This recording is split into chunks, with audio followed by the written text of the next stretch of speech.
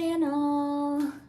I'm happy today because I'll be reading the second portion of the poems that were submitted to me to the Call for Poems post, and I'm very happy because there are so many beautiful poems. I actually wanted to read them for you for the first time and kind of give you the first emotions that I'm having at the moment. It's not like I read those and thought about them and I'm going to read for you for the second time and just remember what I felt when I read it for the first time.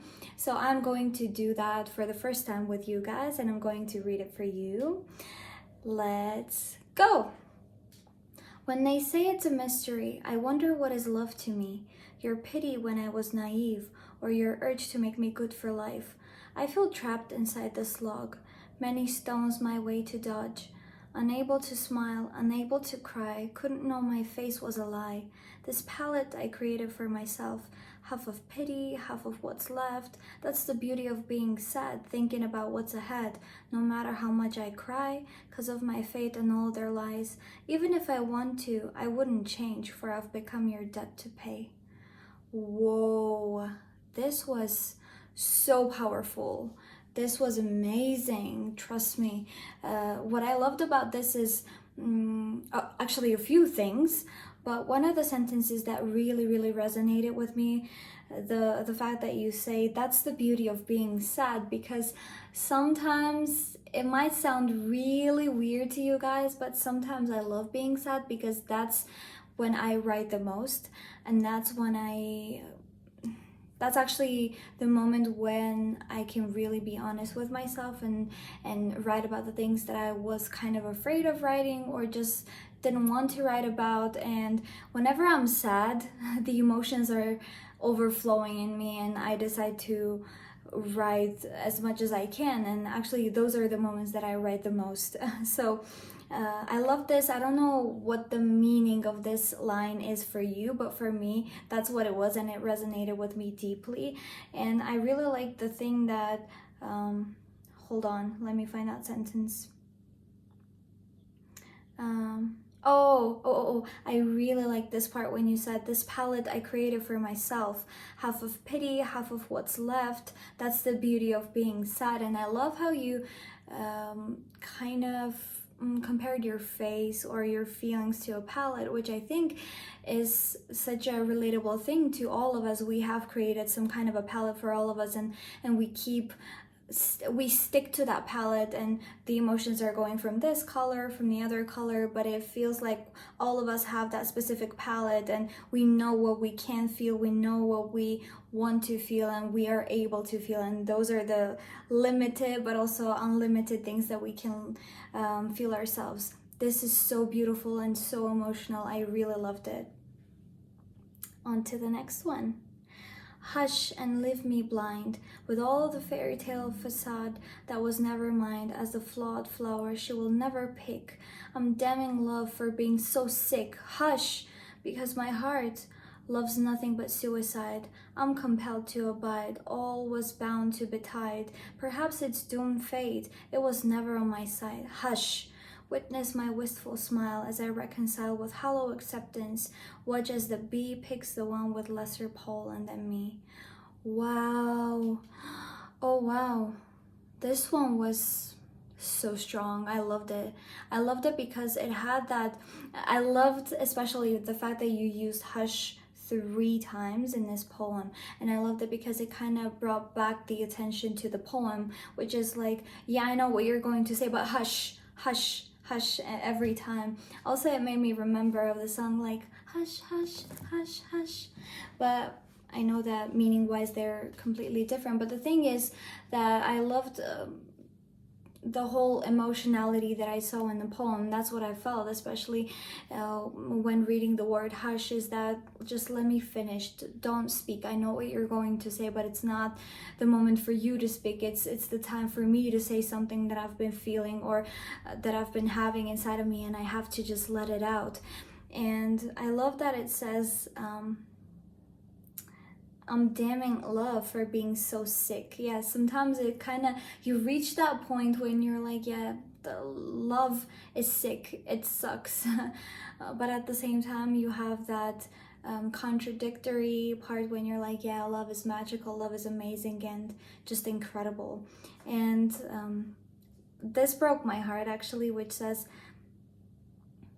I reconcile with hollow acceptance, watch as the bee picks the one with lesser pollen than me. I am not going to make any assumption, but if you take those lines and put it in a romantic context, it feels like you love somebody, but then apparently that person doesn't see your love and then chooses somebody else, which again was very, very beautiful and I loved it. Mending and blending, cutting off so many parts of me, refurbishing myself to fit you, living all my wounds to bleed and rot, validating my existence only through your sight. I stand here so vulnerable. Oh, gaze your sight at the invincible image of me that I wear as an armor to shield my frail soul, looking into the eyes of the stranger in the mirror, wondering and trying to recall that I once knew this person. She stares right into my soul. It's as if she is screaming out to break through chains of suppression. And I stand still and cold like it's nothing, as I'm the one holding her prisoned, mending myself to blend right in, leaving myself unhealed of all the laceration on soul, as that hurts more than the one on flesh. So I ask you now, I'm lost in midst of my unknown shadows. Would you be the light through, I might turn into one of it someday. I'm drowning into deep waters. Would you dive in though? You know you won't survive. Is mending myself this far is enough to blend in you? Wow, guys, I keep saying wow after every single poem because these poems are just so emotional. They touch your heart so deeply and they kind of tear it apart in the most beautiful way, but the fact that makes me feel so heartbroken about these poems is that I feel so much empathy towards the people who are having their hearts broken at the moment, and they're trying to put all of that hurt and pain into such beautiful lines, and I don't even have words to say. I love this poem because it shows how much a person changes, and then when you change and then look back at the person that you were before, sometimes you realize that you don't even know this person anymore because you've changed so much. And there have been moments in my life as well where I changed so much that I couldn't really compare myself to the person that I was before, and I loved it at the same time because I thought that I developed rather than changed into a person that I didn't want to be. And I love this one as again for the reason that it shows how fragile a human heart is and how vulnerable a human heart is. And that was the beauty of it, that you see that I think that the whole changes that happened to that person were because of a certain relationship, because it keeps saying that the heart's bleeding, it's rotting all the wounds, right? So they exist at kind of validating my existence only through your sight. And I think that many people will resonate with that, sadly enough, that sometimes you validate yourself only through other people. You don't really appreciate yourself, you don't see the beauty inside of you, and you're only waiting for somebody to kind of tell you to be able to kind of accept that, oh yeah, so somebody else says that I'm beautiful, somebody else says that I'm smart, so I guess that means I am. I love this. It's so emotional, and I think that if I read that 100 times, I would find so much more to talk about, to discuss, and to think about. Wow. The next one. Sitting on a balcony all alone is almost an agony. Starts to realize I'm lonely, just like the star that I'm seeing today. Perhaps the night knows what I feel, as the skies are painted dark gray to be dull. Perhaps the star wants to dwell, so he watched me blue and still. As the night becomes more gloomy, I yearn for hilarity. Just like the star this Tuesday, my glow is better when I'm not lonely. Wow, this is so sweet. This is so beautiful and romantic, and I just said wow once again, guys. I think I'm speechless because of this beautiful poems. I love this one because it's so romantic and it's so touching, and I relate to that a lot because I've had poems like this.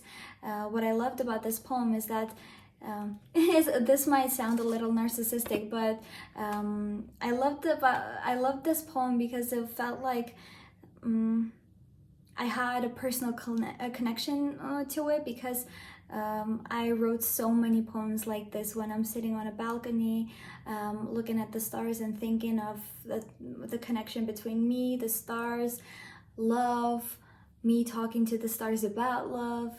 And this is just so beautiful. And I especially like the fact that when this person wrote that they're not oh yeah, the glow that they have is better when they're not lonely, which is so romantic and beautiful. I hope you find that person who makes you glow every single second of your life. And I hope they make you really happy. The next one. Her pain unapparent and invisible, her screams hidden and indiscernible. Don't tell her to change. She prefers her loneliness unheard, her feelings locked up, a golden cage, fragile little things could never be exploited. Don't tell her to change her weapon, silence, so much better wielded than her panic. This is magical. This is so gorgeous. It's incredibly beautiful because I think that so many of us have that feeling inside of us, and actually there was one poem that was similar to this one in the previous video, which says don't tell her to change. And I think that's again the beauty of, I hope it's not the same one that I read here and there. Anyway, we'll figure it out after this video. But I love when people say just don't tell them to change, because if you love somebody, you're not gonna tell them to change. You're not gonna tell them to do things differently unless it's something really bad, like, I don't know, killing somebody or just forcing some other people into doing stuff. But what I love about this is that her loneliness unheard. She prefers her loneliness unheard, her feelings locked up. And this is the beauty of it. It might be the case that this person falls in love and then they automatically change through that person, not because that person keeps telling them to change, but because they want to, and then automatically they keep opening up their hearts and their souls to that person because her loneliness unheard. Maybe she starts telling that person that she's lonely. Maybe her feelings locked up, but then she starts kind of opening the lock and letting that person into their world. So this is really beautiful, and this is a poem that I think that somebody would write like lying in their beds at night, listening to probably sad music and thinking about what they want their ideal love to be like. Maybe I'm wrong, but this is just my interpretation. How do I feel right now? Should be a simple Q&A, but somehow my brain, as usual, will struggle to find a way to make sense, to complicate, because it cannot think straight.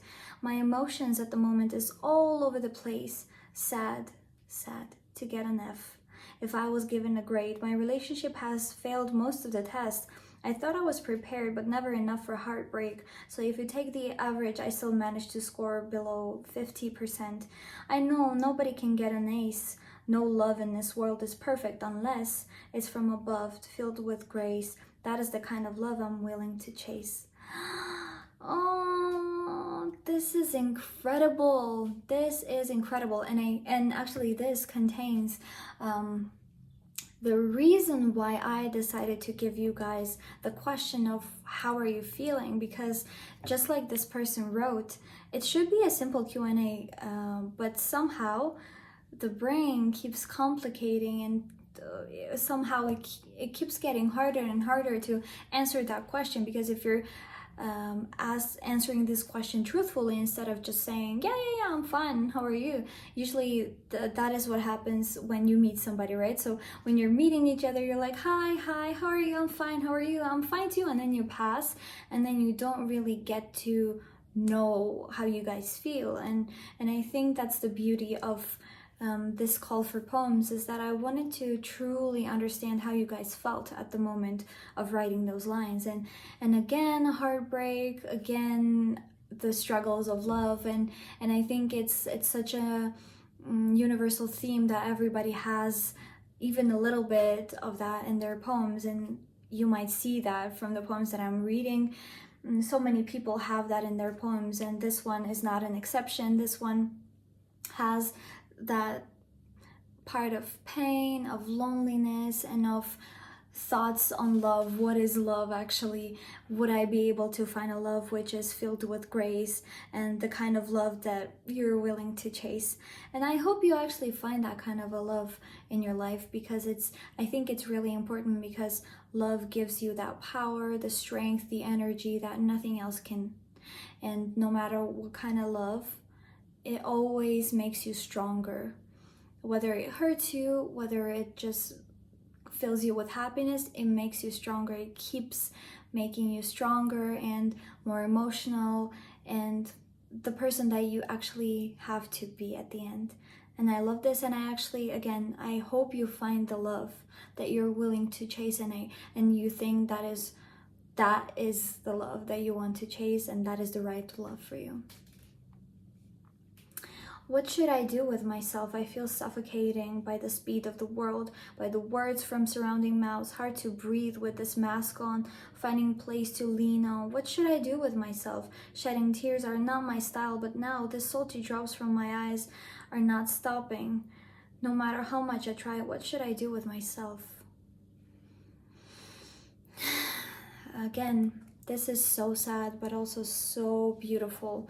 And this is a relatable one once again, because this feels like it's literally poeticizing whatever is happening in the world. The world is moving so fast, and it's so hard to be able to chase it and to be able to kind of fit into the world, which is constantly running and flying away. And I actually agree with this poem a lot, because it's hard to breathe with a mask on. I felt that, and it felt like all the feelings that I had when we were putting masks on were coming back to me.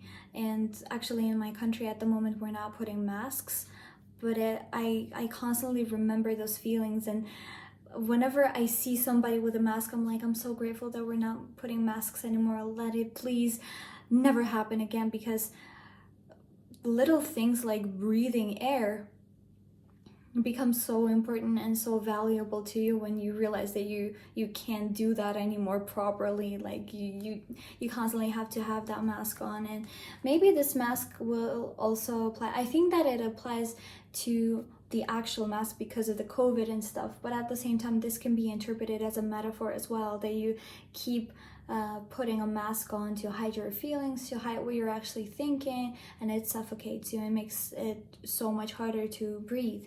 And I love this part when they wrote that shedding tears are not my style, but now the salty drops from eyes are not stopping. Sometimes you feel like you're not the person to be crying, to be talking about your feelings, and then you find yourself doing that. And I think that's beautiful, and I think that's okay to cry. And sometimes people think that, I'm not talking about you, the person who wrote this, but no, sometimes people think that it's a sign of weakness to cry and to show your feelings, but the strongest person, the most powerful person is the one who is not afraid to show their feelings, and who is really, really proud of having those feelings and of feeling actually those feelings, because feeling is a really, really beautiful thing. And I think that crying is okay, and it makes you feel so relieved after that. It makes you feel like you've been having all of those things and worries and sadness accumulated in you, and then you just kind of throw it away through the tears. And I hope you feel better, and I hope you feel happier as soon as possible. Staring out of the window on a train. Oh, okay, sorry. Once again. Staring out the window on a train home, the sun is setting, memory of you pops into my mind. There is no good reason for this to keep happening. I cannot be your friend, your lover, your anything. Yet you still live rent-free in my head. Ooh, this is so interesting. This makes me want to know more. Like, what's the backstory of this whole thing? What's going to happen in the future? Because what I loved here is that the lines say, I cannot be your friend. So you start kind of supposing and thinking that this person wants to be lovers then, and then your lover, your anything, yet you still live rent-free in my head. So the question is, what do you want that person to be then in your life? Do you want that person to be in your life? Do you want that person out of your life then? Why can't you be friends or lovers or anything? Wow, this poem arises so many questions in my mind, and I feel like I was watching a series and the season 1 is done, and I have to wait for the second season to know the backstory of the whole couple, and at the same time what's happening in the future. Really, really beautiful and so intriguing. Loved it.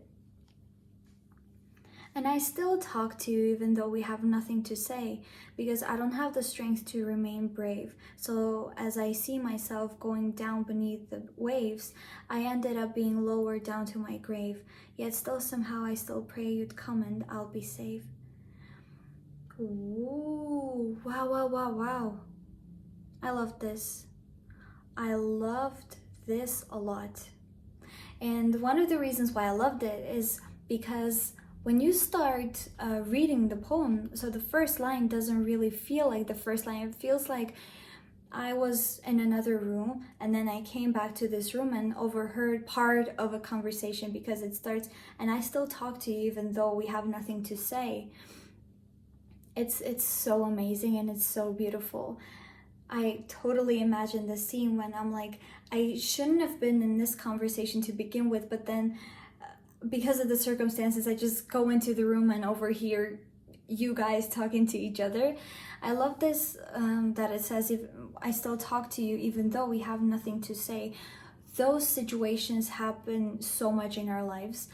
I have experienced that kind of a situation when you're talking to somebody and then you don't really have anything to talk about, and then you're like, but I still talk to you. So then you start asking yourself questions. What's the reason that you're still in this conversation? Why are you still texting each other? Why are you still talking to each other? And that actually brings up so many conclusions and things that you didn't notice before, and it makes you think about that too. For example, so why are we talking anyway? And it brings you to another question. Do I really want this person in my life?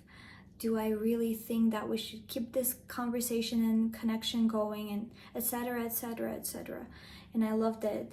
And I loved also the ending, which says, it feels like at the end, at the beginning of the poem, you're kind of pushing yourself from that person, and then at the end of the poem you're still coming back to that person.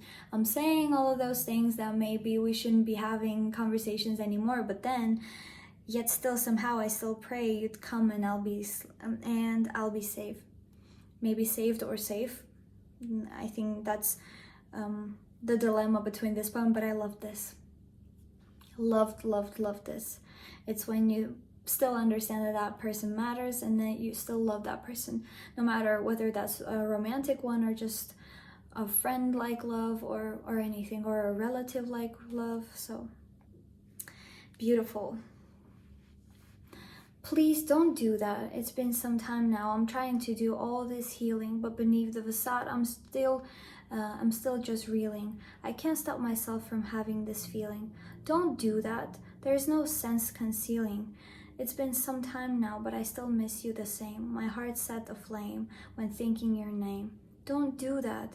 There's no one to blame. It's been some time now, but still it feels like the first morning. The hurt comes back devoid of a warning. I tell myself I'm in need of reforming. Don't do that. We're both just mourning.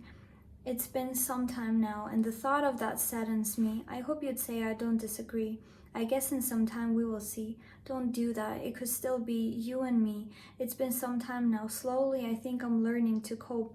All the while, I'm still at the end of my rope. Now you come along just seeing me mope. Don't do that. Don't give me hope. Ooh.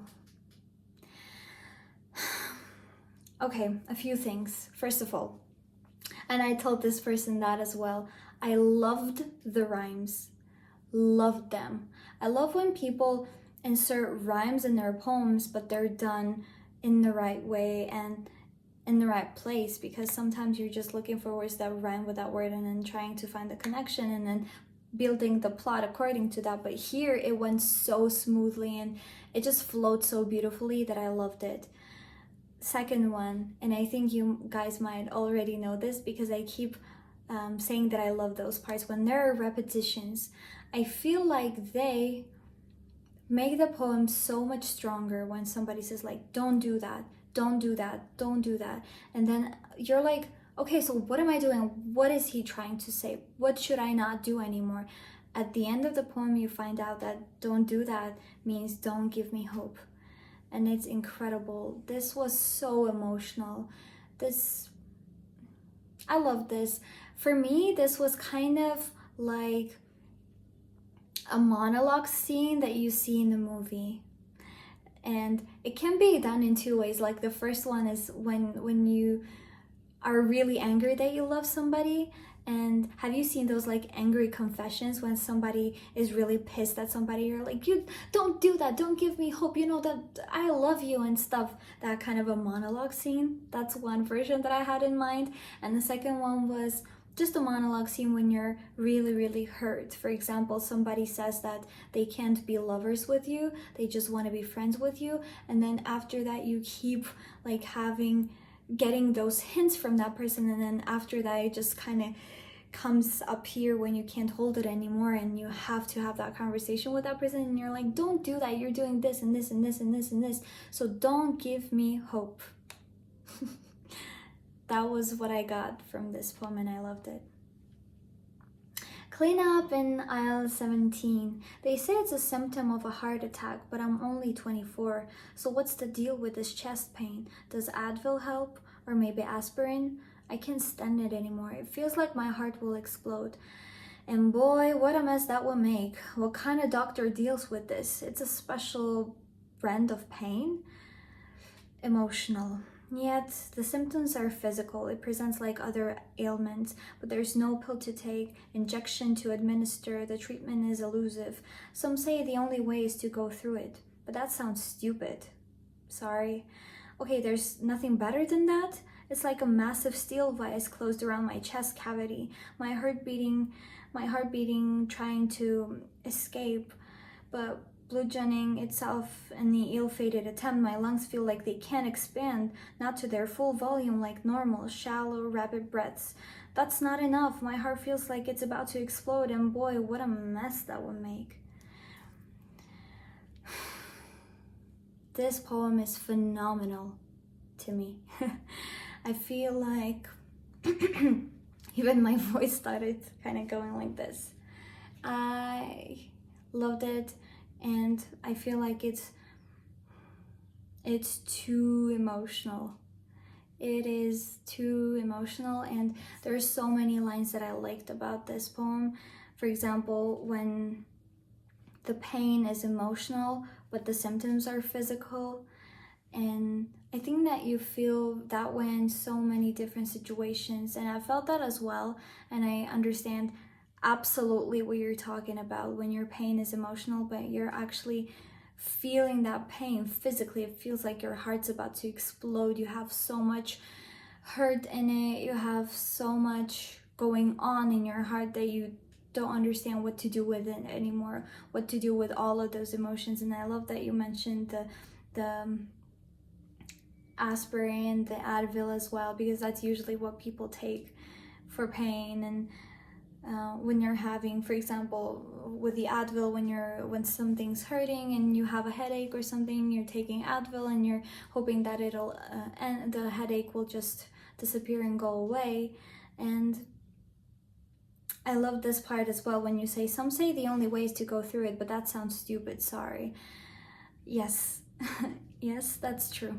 That is stupid. And I loved it because it was so genuine. Oh, that's true. I loved this poem because it was so genuine. It was like, it was as if you're having a conversation with us. You're literally talking about your feelings and you're like, yeah, some people tell me to go through it, but sorry, I think that's really stupid. I think that's dumb. And sometimes people say that, and I do agree. Sometimes people are like, yeah, you just have to go through it. And it's stupid, but sometimes it's the only way that you have to kind of heal your heart, to bring it back to the way that it was. So many things that can be discussed in this poem, so many things that could be interpreted and turned into metaphors, and it's just amazing. And I love this part as well. My heart feels like it's about to explode, and boy, what a mess that would make. And also, what kind of doctor deals with this? It's a special brand of pain. I love that. Like, is there a doctor who really deals with hearts that are either about to explode or just explode and create a mess? I love that question. I love it. Wow, so deep and so emotional and touching as well. We have a few more poems coming and we'll be done with this video as well. I'm having so much, how could I even put it? I'm having such a great time, I would say, but that would be kind of an underestimation of what I'm feeling at the moment. But I'm having such a great time reading you guys' poetry and trying to explain what you guys are feeling, what's happening in your lives, and trying to find my own interpretation to your poems. Yet another one. Pour it out. I think that's how it's called. Pour it out. Okay. I want to talk to you and explain how I feel, but you don't want to listen. For you, it's a big deal. I will anyway say it, or else we will split. I sense something's wrong and you are slipping away.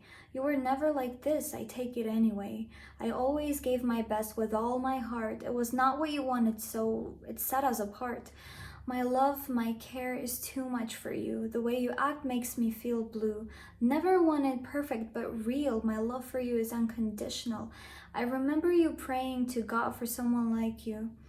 Now I know that prayers do come true. Everything about you mesmerized me. To unlock my heart, I found the key. Every day looked like a dream. Whenever I saw you, I could see my eyes gleam. The day we met, I was on cloud 9. That's how can a man be so handsome, gentle, and kind. Told you that you were my clone. Wanted to just make you my own. It was alright when we were together. You had in my lap, we talked about forever. Thought we found the perfect match. Would become each other's healing patch. Things are not the same anymore. I don't know, but there's something wrong. Or are you bored? I can see the change in your words. I can see the change in your eyes. I hope not to receive any lines when I ask you this. Please tell me what's wrong. Please tell me what's going on. I'm tired and it's been very long since we talked from dusk till dawn. How emotional is this poem, and how sad and again beautiful is this poem. This is heartbreaking, but also so beautiful, and again something that I think we or some of us have felt before, when you know that you really need to have a hard conversation with the person that you love, and you've been putting it away because you're hoping that the things will come back to normal, the things will get back to the way that they were, and then they don't. And then you realize that you actually need to have that hard conversation with the person that you love, with your partner, with your loved one, because you understand that still something's wrong, but you don't understand what's going on. Maybe the problem is in you, maybe the problem is in that person, but you have to figure it out because you feel like it's crazy. It's not the way that it was before. I loved how we got to explore the whole journey of you falling in love with that person, of having that beautiful relationship, and then coming to the moment when you don't really understand what's going on. Something feels odd, something feels wrong, but you don't understand what it is. And again, it feels like it's we've watched a few episodes and now we don't know what's happening next. What is happening at the end of that conversation? What is the answer of this person? And I hope everything goes well with this relationship, and I hope that you go back to the moments where you were really, really happy and you were in love and you felt like that's the person that you prayed for. Just beautiful and so emotional. And this is the last one for today, guys. The moon trying to console me through the window of flight IX384 from Dubai to Mangalore, returning home flight for my dad's funeral. I know the home will be empty by the time I reach. My dad, my mom, my brother will together console me from the sky. All I need is the strength to move forward and to take a deep breath towards a positive life. First of all, I'm very, very, very, very sorry for the loss that you've had, and just wanted to let you know that I understand you. I totally understand you. I feel your pain and understand how you're feeling because I've been through that. And being able to put all of that pain into words is such a powerful move, and not everybody can do that. And just wanted to give you the support that you need, the empathy and the understanding that you need to just, first of all, not even talking about the poem first, but first of all, having the courage to put all of that honesty and pain and the feelings and the loss that you've had into words and lines that you shared with me and with all of us is just amazing. Thank you for that, and just know that you're an incredibly strong person. And also, my dad, my mom, my brother will together console me from the sky. All I need is strength to. I loved the last line. It feels like you're kind of giving yourself that comfort that you need. All I need is the strength to move forward and to take a deep breath towards a positive life. Yeah, that's actually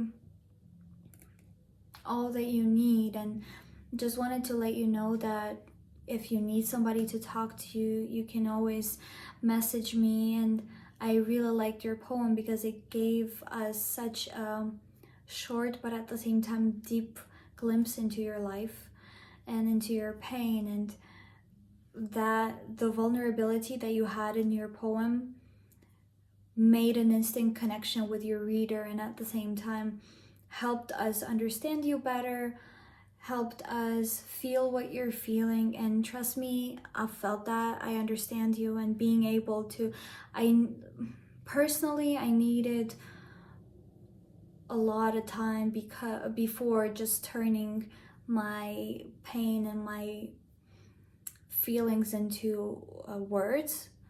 But then when I started, I kept doing that, and it kept feeling better and better to me, because there were moments that I didn't want to talk to other people. I just wanted to talk to myself about the loss that I've had, and that is the reason why I started writing even more. First of all, that was my way of having a connection with that person, of forming and having that strong connection, no matter the fact that physically we can't be next to each other anymore. But also it gave me the freedom and the liberty to be able to write my own thoughts and feelings, and not talk to somebody else because they would interpret it in a way, they would think about it, they would give me an answer. There were moments where I didn't really want to hear an answer to all of the questions that I had. I didn't want anybody's answer to the worries that I had, to the feelings that I was having at the moment. I didn't want to talk to anybody about that per se. Obviously there were times when I did, and I talked to my friends, my family members and stuff, but whenever I didn't want to do that, but I still wanted to talk, I would write my own feelings. So yeah, I hope your father rests in peace, and and I hope he shines from above and always guides you and gives you all the support and the love that you need. And just know that it's really important for you to not to think that that person's gone forever, because they're always going to be by your side from above. They're always watching, they're always supporting you, and they're gonna come into your dreams and make you feel like they weren't gone anyway. So guys, this was the last poem for today. I'm in love with all of the poems that I read today, and you guys are so talented and so deep and so amazing. I'm just, how can even the world bear to have so many talents on it? And I hope you guys are all appreciated individually for your talent, especially for your talent, because you have that in you, and I would love for you to continue writing, because your lines are magical and they make other people, for example me, feel what I might not have felt before. Thank you for that. And we are still going to have a part 3 because we had so many submissions. And I just want you guys to think about all of the poems and just analyze for yourself how different all of those people's feelings are, and how different their lives are, their struggles, and what they're going through at the moment. And just that thought even makes me think and even sometimes overthink, but I love that, and I think it's really interesting. And I hope you wait for the for the third video as well, because there's so much to come, and we're gonna end with the third video. See you in the next one.